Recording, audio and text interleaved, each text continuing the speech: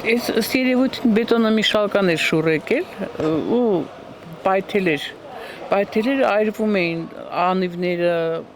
բոցը շատ բարձրացել էր միջև, դե երևի բենզին էլ որ թափվել էր, էլ էր այրվում։ Ասեցին չէ, ասեցին ինչ որ շտապ օգնության մեքենան եկել է տարել է վարորդին, ասում են ամեն ինչ նորմալ է, անհանգ, չնայած ես ինքս չեմ տեսել, դժվարանում եմ կարծիք հայտնեմ։ Շենքի բնակիչ եք։ Հա, մենք հենց հայրին պատուհաններն աճակճկե մի քիչ։ Դե հələ տեսնենք, եթե առանց լույս ենք մնացել, բայց տեսնենք, ասեք գազի հարցը նորմալ լուծվի։ Ամենավտանգավորը այն է, որ այդտեղ բավականին մեծ խողովակ է անցնում գազի։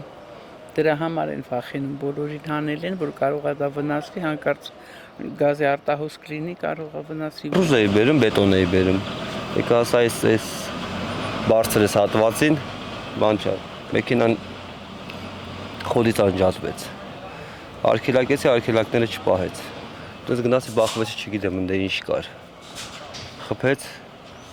ու կողի շրջվեց, այն նկա որ հասցրել եմ, ես մեջից փախել եմ։ Չէ, ոչ մի մենակ մեքենաներն է։ Ինչ եղել է։ Նախկին այդ ավարիաներից հետո միշտ վնասվում էր այդ ճանապարհին պիրիլաները։ Իսկ այս անգամ արդեն ավելի մեծ վնասվածքներ եղան։ Հաճախակի է այստեղ։ Հաճախակի չէ, բայց մի քանի անգամ եղել է։ Մի անգամ էլի շինանյութ էին բարձրացնում ավելի փոքր մեքենայով ու այդ շուռ գալուց վարորդը ընկել էր ուղիղ մեր բակի հատակի վրա, բակի ասֆալտի վրա։ Անտառայինում, վերին անտառայինում շենքեր են կառուցում եւ ստեղով բարձրանում են այս նեղ-թեք ճանապարհով բարձրանում են շատ մեծ մեքենաներ։ Դրանք տանում են ահռելի մեծ քարեր իրենց այդ թափքերում, շատ վտանգավոր է։ Էլի է եղել, որ մեքենայա թեքվել ու վերջին